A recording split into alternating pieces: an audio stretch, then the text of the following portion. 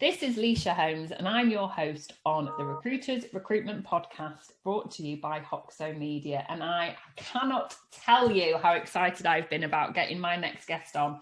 We've known each other for about 12 months, I think it is, and she has absolutely illuminated her sector. And I have to say, from a personal level, you've been a joy to get to know. So with absolute pleasure, please welcome to our channel today. This is Jen Jackson, who is the founder and creator of DNI Talent Solutions. Welcome to you today, Jen. How are you? Hi, Lysha. Thanks so much for that intro. That was absolutely lovely. Feeling good today. Nice and sunny. Can't complain, can I? Absolutely. It is sunny, and we're both based in the Northwest, and that's a rare thing, I think, for us to be able to do that.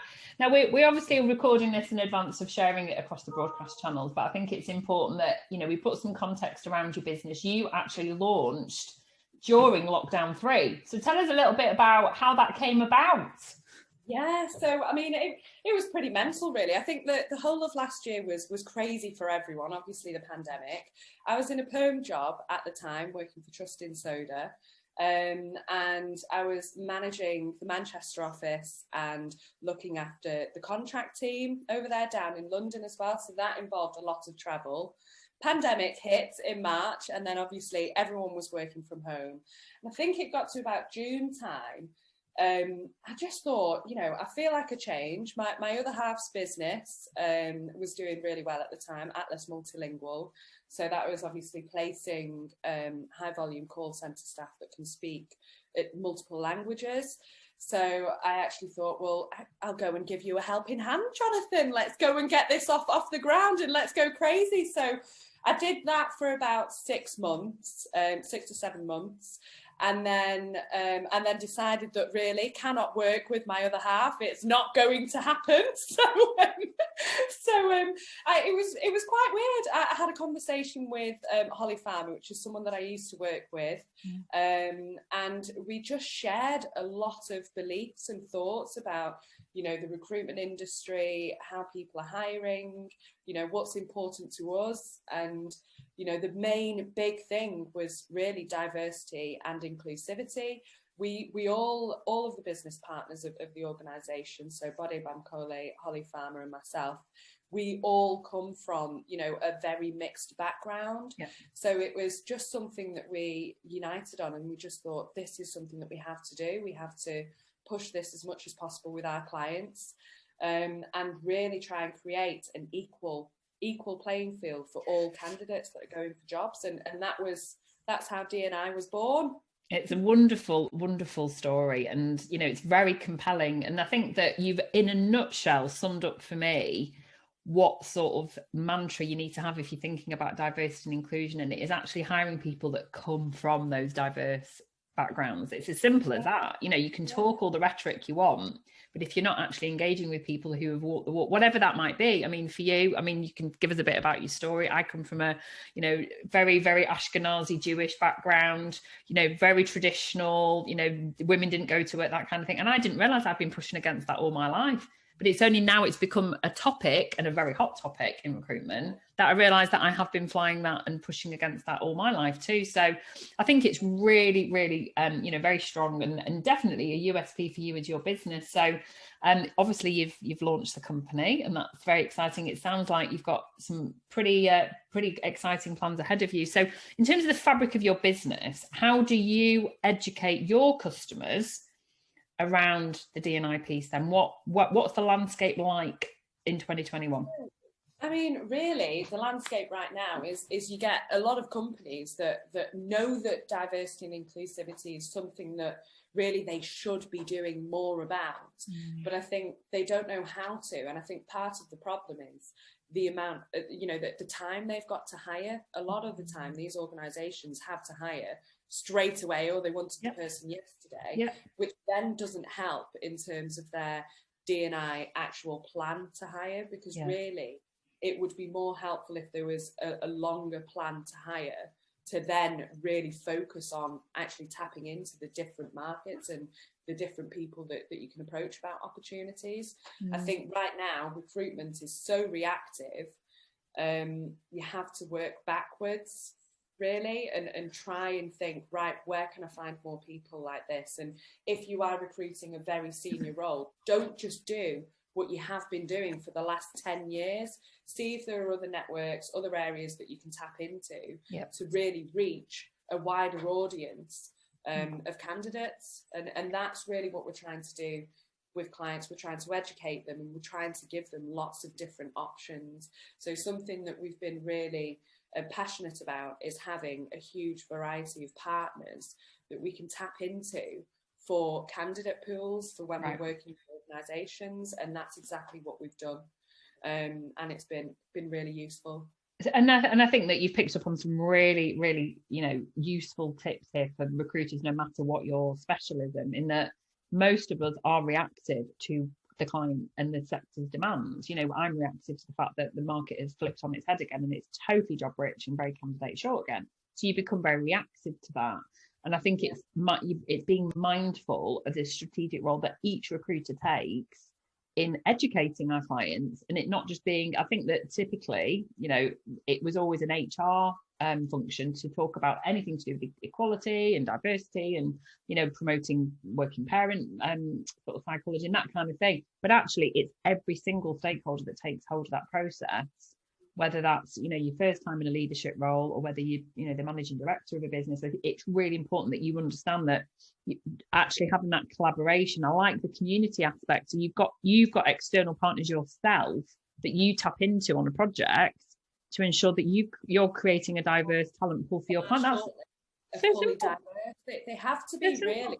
Then, for us, we're giving the clients the options. We're saying, look, you've got all of these different people. These are the reasons why we think they're really suitable for you, and this is the value we think they can bring to your business and the wider team.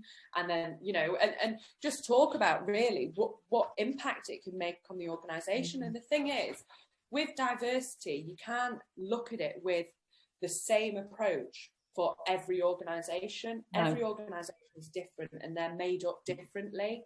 So you have to understand what's in the organisation right now, what value they're getting from it, and then work backwards from there as to what more they need and how really they can diversify the whole workforce. But that's why I'm saying a longer plan, a longer timescale to hire is more beneficial in that situation, rather than it being, I need someone that can start next week, which we can still work towards, but it's just not as easy. Not as easy. And it's that constant, I guess, that balance, isn't it, between we have to be commercial with our clients. We understand that time to hire is costing them money effectively. And what we don't want is for you to have let your competitors have the advantage of hiring quicker just because you're not thinking longer term. But actually, I think over time, that will give you the advantage if you are thinking about how to create a more inclusive workplace. And actually, there's the added advantage as well, if we think about that most markets are talent short, by actually creating and opening up other channels of communication with different talent pools, you're actually, I guess, alleviating that problem, which is the biggest headache for all recruiters, that we're at such a bottleneck now of talent, that ultimately the only way we're going to open it up for us as recruiters is to think differently, think creative. And surely that's what we should have all been doing if we are truly consultants anyway. We should be consulting. I know, but the thing is most of these recruitment organisations, we all work in sales, and really, the target is to get, the candidate placed over, the bigger, wider picture of things. And that's why I think, DNI Talent Solutions and the work me and Holly are doing is slightly different. We're not just trying to fill a vacancy straight away as quickly as possible. We are asking questions to understand, the future of the organisation and where they want to go, and really what their hiring plans are well in advance, so we can help them more with their diversity hiring strategy. Do you think that because you're the three of you, the three founding directors, you come from diverse backgrounds, do you think that gives you an advantage over somebody that maybe is, ultimately I don't know if it gives us an advantage, but I think it definitely makes us very, very, very passionate. I know I'm incredibly passionate about it, and I think when I was thinking about, setting up the business, and I did my why video at the beginning, for me, it was, my mum's Filipino, and my dad's English, and I was born in Papua New Guinea. So for me, I've never really felt like, and I don't want to say this for sympathy, sympathy votes, but I've never really felt like I truly fit in. In the UK, although the only language I speak is English, and I went to, an English-speaking school in Papua New Guinea, I didn't fit in there because I wasn't, I didn't look like the rest of the Papua New Guineans in the school.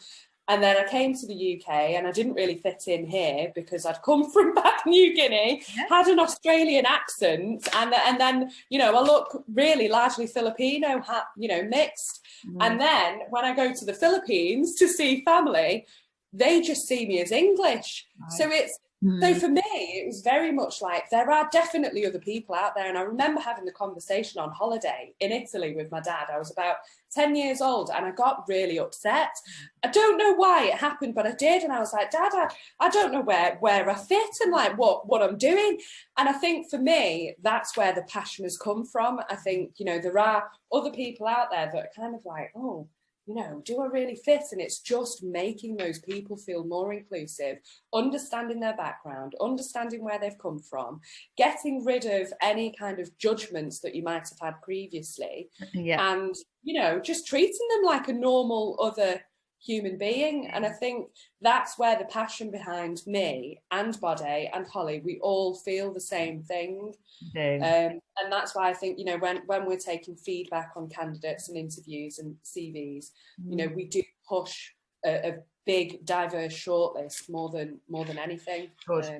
It's so it's so important, and your passion just oozes out of you. It really does. And I don't know anyone that isn't covered in goosebumps at that story of you being 10 years old, and that will resonate with a lot of people, whether that's because they've got a disability or they're neurodiverse, or it's a sexuality or gender thing. People do often feel that they don't really fit in. And actually, it could be that they're not of any of those groups, but it just maybe they felt within society they don't necessarily fit in. So I think it's a really amazing thing that I feel that we're on the precipice of real change in the recruitment industry. Yes. Which is why I really wanted to get you on, apart from the fact it's exciting.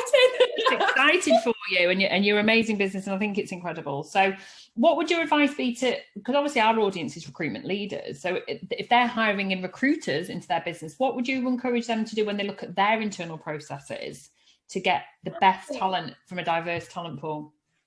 Yeah, so I think really actually reaching out to different communities and different networks.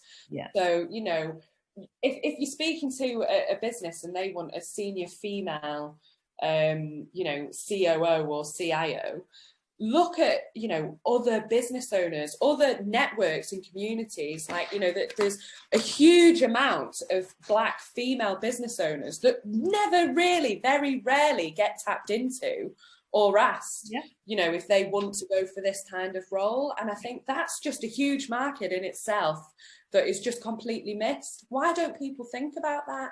It really baffles me. And it's not just that, but there are other areas that I think people just completely miss out in total. So, ageism is another thing. If they're recruited for a senior role and they see a candidate that looks maybe about 30 years old or maybe just a bit less, quite often, and I've seen it previously, they think, oh no, this person's not experienced enough for this organisation. They won't even bother sending the CV. And that's where I think it's wrong. We as recruiters have to make sure we are providing a diverse candidate shortlist when we're working vacancies, and really tell our clients why we've provided these candidates and what value we think they're going to add to the business. Absolutely. I totally concur with you. And there's the phrase, isn't there, without prejudice, but actually very often recruiters unintentionally have such strong prejudice against people, but like you say, based on age or based on their ethnicity, whatever it might be. Sometimes is another thing, Lysha, like you get clients that say no, they have to have had a computer science degree or a mathematics degree, and it has to be at a certain university. But sometimes actually the best candidate for the role that's got the best experience hasn't been to university, so have you considered them? But quite often recruiters who are given a spec from a client we'll just do the whole tick box, situation, and then they'll just provide based on exactly what the client's after. But I do think it's worthwhile just saying, actually, this is what you've asked for, but there's also this pool of candidates that you haven't tapped into, you've not thought about, but I do think they could be very good for you. To me, it's how it should have always been done. It's us challenging the equilibrium and making sure our clients are getting the best talent, regardless of somebody's age. I mean, I'm heading to 50.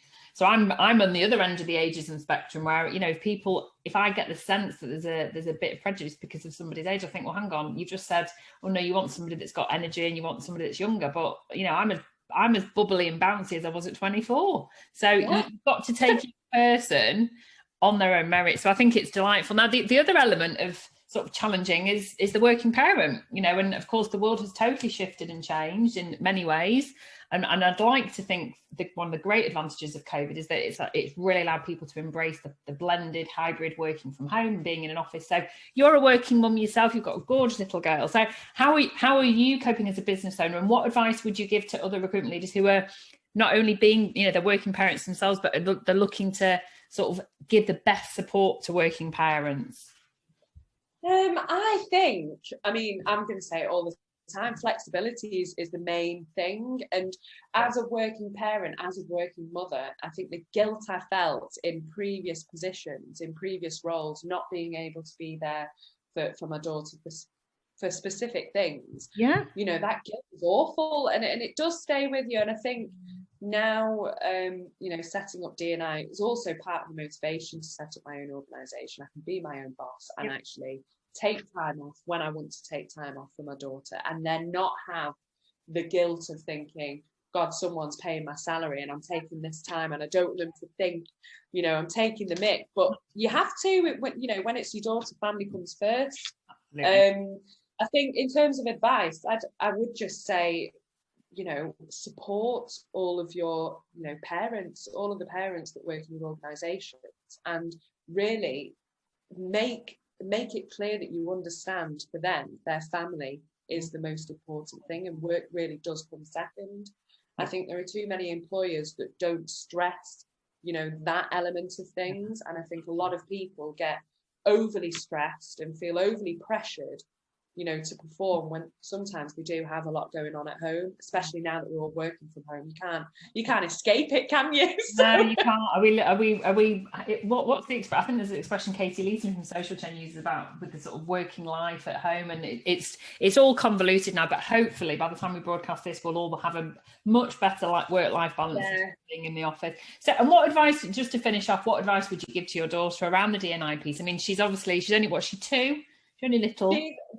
She's just turned 4. She's when did that happen? Yeah, I know. They grow so quickly. They really do. But you just grown 2 years. When we first spoke, and then she had a 3rd birthday as we went into lockdown. That was it. And then she had a 4th as we were coming out of lockdown just now. So she's birthday in lockdown. I know, I can't wait to do a proper big party for her. But anyway, so with Lottie, in terms of the advice I'd give her, I've always tried to, tell her to treat everyone, with kindness, and just be, helpful for everyone, no matter who they are. I don't think she's at that age really when she doesn't really know the difference, to be honest. Children don't see it, do they? No, they don't. But I'm constantly pushing it, and I think most recent, it was only 2 days ago, I picked her up from school and she asked to play in the playground a little bit with her friends, and I was like, okay, I'll stand there and let you play. I was so proud of her, because I think some of what I'm teaching her is working, because this little girl fell over in the playground and she was crying her eyes out. All the other kids were running past and playing and almost bumping into her, but Lottie actually went up to her and asked her if she was okay. Oh. And I literally was like, oh my God, I'm so proud of her. Really. I've been telling her, make sure you look after everyone. It doesn't matter who they are. If you see someone that's upset, make sure they're okay. And she went and she did it. Genuinely, I'm so proud. Yeah, that's it. What a gorgeous way to finish this podcast as well, because I'm literally like a proud mum for you. But that's compassion. And actually, I think that's what all recruiters have to remember. It's about being kind, being compassionate, because you're dealing with a human being. and that human being could be you one day. Never forget that. Yeah, exactly. It's so important. It's not just these human beings, and that next job is their next venture in life. It's such a big decision. It's not to be taken lightly. And that's where I just think, you know, I'm just mega passionate about it. Love it. I just want to make sure everyone's happy with what they do. Well, and anyone that engages with you from this will have the best experience. There's no question about it. Thank you so much for joining us today, because I know how busy your schedule is, and we look forward to welcoming you in the future, Jen. Thank you. Take care. Thanks, Lisa. See you. Take care.